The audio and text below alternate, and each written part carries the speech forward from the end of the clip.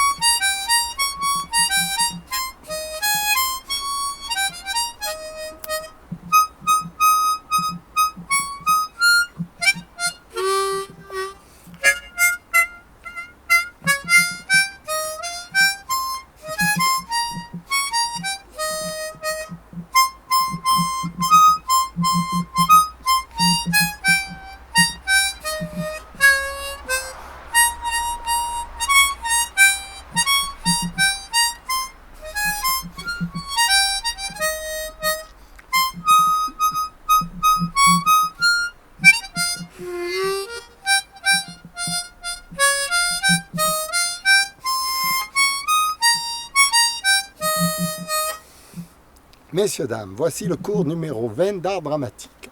Alors ce soir, de quoi je vais pouvoir bien vous parler? J'ai terminé d'écrire encore une fois, corrigé dans une nouvelle version, mon petit livre, mon petit manuel d'art dramatique qui s'intitule « Comment devenir un acteur extraordinaire ». Dans ce petit manuel, donc, ce qui me posait le plus de problèmes et qui me pose encore pas mal de questions à venir, c'est à savoir, est-ce que le lecteur va pouvoir comprendre le monologue interne de l'acteur? Comment le comédien peut-il s'inventer cette histoire qui va le faire métamorphoser en un personnage théâtral? Et comment il va pouvoir acquérir un caractère scénique, un caractère propice à jouer la comédie. Voilà. Alors, ce caractère, évidemment, il faut qu'il se le forge dans le personnage qu'il interprète en même temps. Vous voyez, c'est assez difficile à comprendre. Bon, moi, j'ai écrit un manuel pour expliquer tout ça. J'ai mis 20 ans, hein, j'ai mis 20 ans pour l'écrire. Ça ne se fait pas tout de suite, mais j'ai pris la substantifique moelle de toute mon expérience. Ça se lit en 2 heures maximum, et vous avez 20 ans comme ça d'expérience théâtrale d'un acteur qui défile à toute vitesse. Chaque phrase est pesée, chaque phrase vaut son contenant d'or. Mais à l'arrivée, est-ce que le lecteur aura compris ce que je veux dire? C'est toute mon angoisse. Vous voyez, c'est tout ce qui me tracasse de jour en jour. Je relis pour essayer de comprendre quel est le mot qui cloche. Pourquoi à cet endroit, j'ai pas dit ce qu'il fallait dire pour que ce soit compréhensible.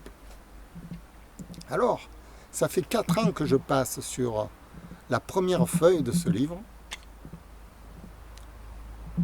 4 ans. Il faut être bingo.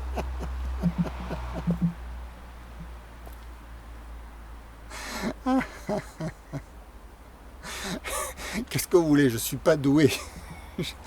Je suis pas je ne suis pas un écrivain d'origine. Moi, je suis plutôt un fanfaron, vous voyez, quelqu'un de simple, de naturel, qui fait n'importe quoi, qui aime bien rigoler, enfin. Je suis un plaisantin, un provocateur, un tout ce que vous voulez, mais pas un écrivain.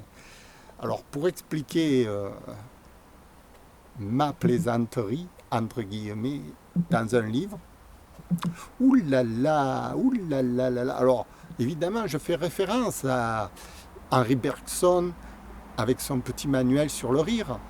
Bon, là, on a toute la théorie du rire, n'est-ce pas? C'est facile à comprendre.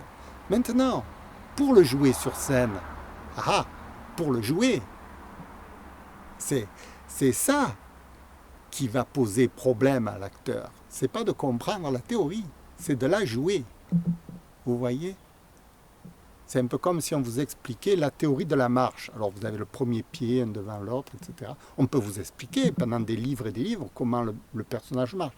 Mais si vous êtes handicapé, comment vous faites pour marcher? En gros, c'est un peu ça. En gros, c'est un peu ça. Vous voyez, l'acteur. Moi, j'ai emmagasiné toute la théorie pendant des années, mais j'étais incapable de la jouer sur scène. Parce que j'étais handicapé. Voilà. Il a fallu que je lève ce handicap. Et c'est la méthode que j'explique, comment on peut vaincre la théorie pour devenir la pratique. Mettre en pratique la théorie des grands maîtres qui nous ont tout expliqué. Tout est expliqué dans les livres et rabâché, mais la mise en pratique de cette théorie, c'est ce qui demande le plus grand génie. Ah oui, c'est là, on peut parler de génie. On peut parler de génie, oui, parce que à un moment donné, ça me dépasse, même moi. Je suis complètement à la ramasse.